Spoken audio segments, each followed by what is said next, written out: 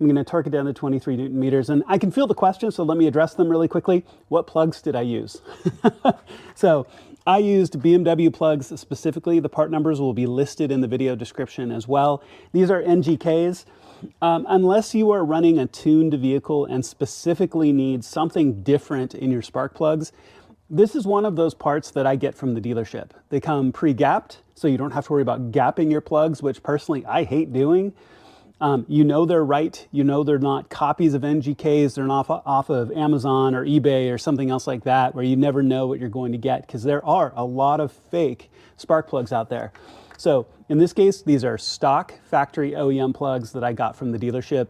And so I know that they're right, and I know that they're pre-gapped properly. So 23 Newton meters, go ahead and hit all 4 of those, and then we're gonna put our coils back on and start putting the car back together. All right, as we wrap up this last bit, so go ahead and plug in all 4, 1, 2, 3, 4.